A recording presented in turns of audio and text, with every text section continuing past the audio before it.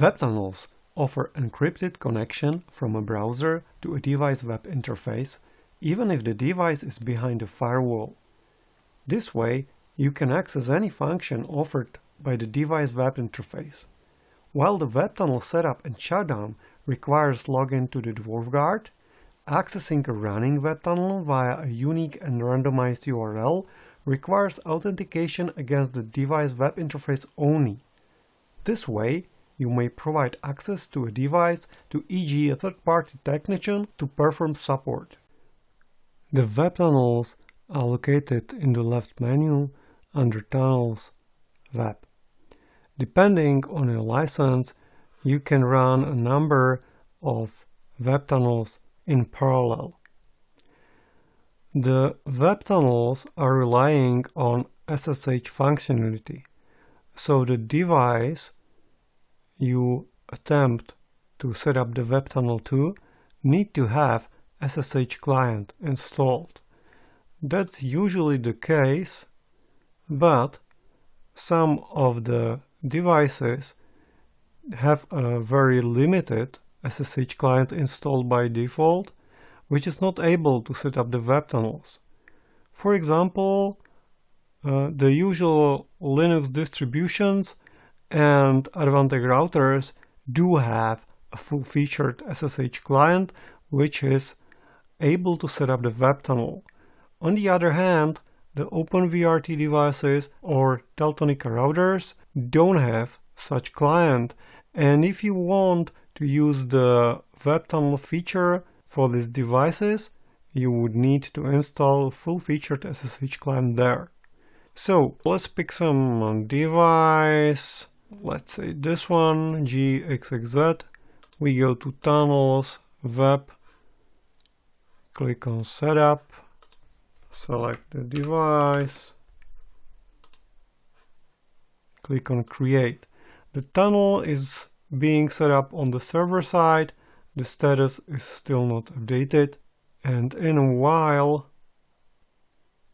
you see that the page is being auto-reloaded and it's already waiting for device, which means that the server endpoint is prepared and it is also showing expected time when the device should be able to pick up the command and join the tunnel from its side.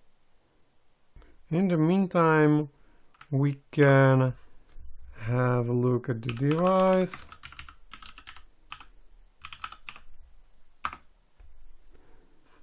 This is the one, and I will show you the URL here so that you will then actually realize when we are accessing the device directly and when we are accessing it via the Webtunnel. The waiting time, once more, is just an estimation. It's not something that must happen in exactly that time, and as you see, it's already connected. So when I click on the connect, you see the URL that I am now accessing the device through the server, not directly. So I authenticate here, and now I'm on the device through the Webtunnel and I'm seeing the web interface of the device. I can do any management thing. For example, I can set up the name.